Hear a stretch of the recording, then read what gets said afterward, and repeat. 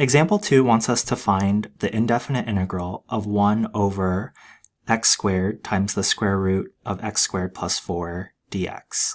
Now, go back and look at the original table that we saw in part 1 of this video series on trigonometric substitution. Because we have in our integral something of the form x squared plus a constant squared, which is, in this case, 4, that means that if you look at our table, we are going to let x equal a tangent theta, which in this case our a value is 2, so we're going to have 2 tangent theta. And if we take the derivative, we get dx is equal to 2 secant squared theta, and then d theta. So let's go ahead and plug that into our integral. So my original integral is equal to 1 over, I have 2 tangent of theta quantity squared times the square root of 2 tangent of theta quantity squared plus 4. And then our dx is getting replaced with 2 times secant squared theta d theta.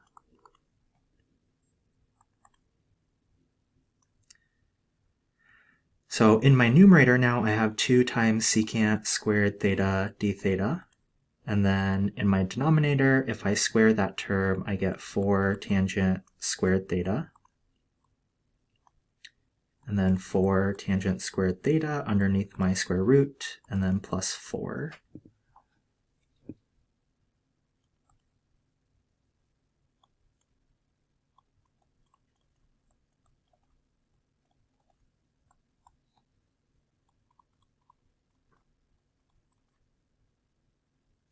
I'm going to go ahead and factor out a 4 from both terms in the square root. So that's going to give me 4 times tangent squared theta plus 1. And looking back at our Pythagorean identities, tangent squared theta plus 1 is equivalent to secant squared theta. Now at this stage, I can take the square root of that, and if I do that, that gives me 2 times secant of theta. And I can simplify that now. So I have 2 secants in the numerator and 1 in the denominator. And so that 2 and that 2 divide out, and then one of the secants divides with one of the secants in the denominator. Or I guess there's only one secant in the denominator. So this will turn into, we have the constant, so I'm going to factor out 1/4 since there's a 4 in the denominator, and then my numerator will be secant of theta, and my denominator will be tangent squared theta, and then we have d theta. Now I'm going to go ahead and convert everything to be in terms of sine and cosine. So secant is 1 over cosine of theta, and then I can bring tangent to the numerator by taking the reciprocal, and the reciprocal of tangent is cotangent, so then we'd have cotangent squared theta d theta, and cotangent squared is the same thing as cosine squared theta over sine squared theta. And then notice that 1 cosine in the numerator and 1 in the denominator will cancel out, so we'll be left with cosine of theta over sine squared theta d theta. And from here, take a minute, think about how we might integrate this thing. So at this stage, to solve this integral, what I want to do is I want to use u substitution, and I'm going to end up setting u equal to sine of theta. That's going to give us du equals cosine of theta d theta. So now I can go ahead and rewrite our integral. So we have 1/4 times the integral of 1 over u squared du. And so that's going to be let's rewrite this as u to the power of negative 2, so we can use the power rule more easily. So I have 1/4 times u to the power of negative 1 divided by negative 1 plus c. I'm going to rewrite that as negative 1/4 times 1 over u plus c. Now we can go ahead and plug in u. So we get negative 1/4 times 1 over sine of theta plus c. And I'm going to rewrite that as negative 1/4 cosecant theta plus c. So right now, our answer is in terms of theta.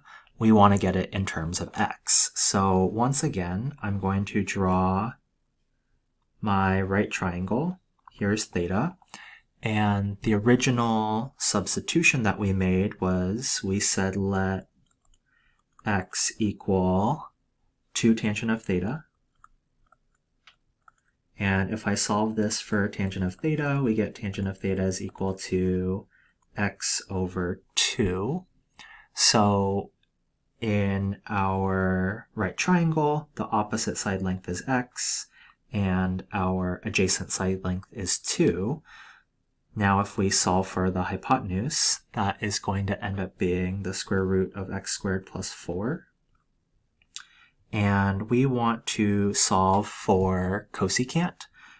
And I know that sine of theta in my picture is equal to x over the square root of x squared plus 4, and cosecant is the reciprocal of sine, so that's going to give me that. So I have negative 1/4 times the square root of x squared plus 4 over x plus c. And here is our final answer for this example. Example 3 says evaluate the indefinite integral of x squared over the square root of 9 minus x squared. So looking back at our table, we see that we would let x equal 3 times sine of theta. And if we take the derivative, we're going to end up getting that dx is equal to 3 times cosine of theta d theta. So let's go ahead and rewrite stuff from our original integral. We get that the numerator is, if we square 3 sine of theta, that's going to give us 9 sine squared theta. And then we get 9 minus 9 sine squared theta. And dx is getting replaced with 3 cosine theta d theta. Now, in my denominator, I could factor out a 9.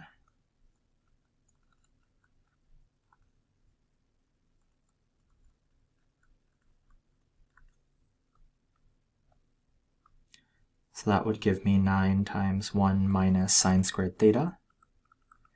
And using the Pythagorean identity, 1 minus sine squared theta, I could rewrite as cosine squared theta. And then if I took the square root of that, that would give me 3 cosine of theta. And oh look, that appears in my numerator. So 3 cosine theta and 3 cosine theta end up dividing out. And so now we have, I'm going to go ahead and factor out my 9. And this is what we are left with. Now, if you've been following along, you will have seen in the previous section on trigonometric integrals, we actually solved the integral of sine squared theta d theta in 2 different ways. One of the ways was using integration by parts, and the other way was using the power lowering identity. And between those 2 techniques, I think that the power lowering identity is the easier of the 2 ways of going about it. But you do you, and do whatever your heart desires. I'm going to rewrite this as 9 times the integral of 1/2 times 1 minus cosine of 2 theta.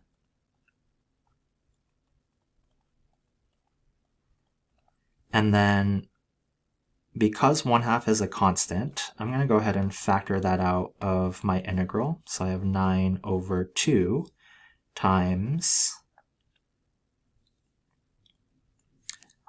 1 minus cosine of 2 theta d theta.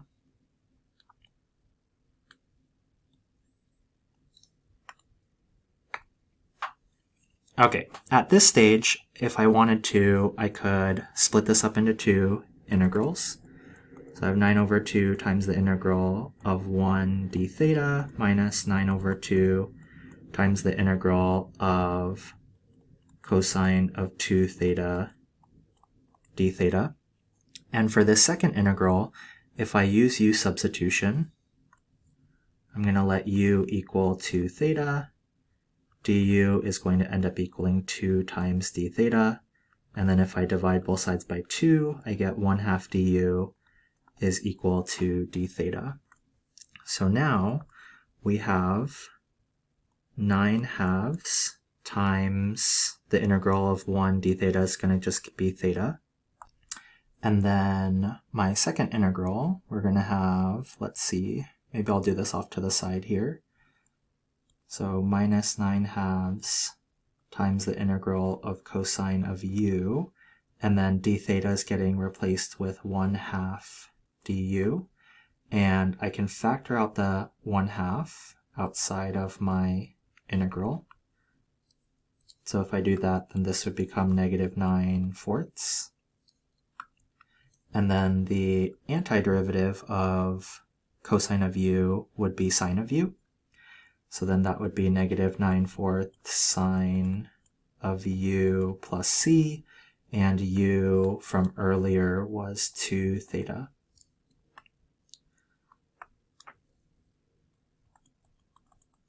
Okay, so coming back over here, we have minus 9/4 sine of 2 theta plus our constant of integration. And now what I'm going to do is, I'm actually going to factor out 9/2 again. Sorry about that. So then that would leave us with theta minus 1/2 sine of 2 theta plus c. And now what I want to do is, I'm not going to be able to figure out what sine of 2 theta is from drawing my right triangle. So I want to rewrite sine of 2 theta using our double angle identity for sine. And if you don't remember, sine of 2 theta is equal to 2 times cosine of theta times sine of theta. And that 2 in the front is going to divide out with the 2 in the denominator. So this, based off the double angle identity, will change into sine of theta times cosine of theta.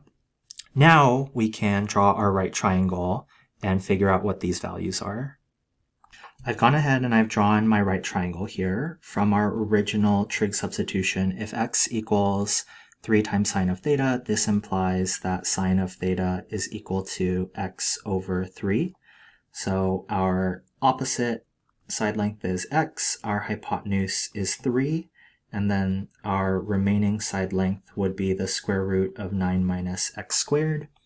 So now what we want to do is we have 9/2 times, if we come back up here, sine of theta equals x over 3, that implies that theta is equal to sine inverse of x over 3.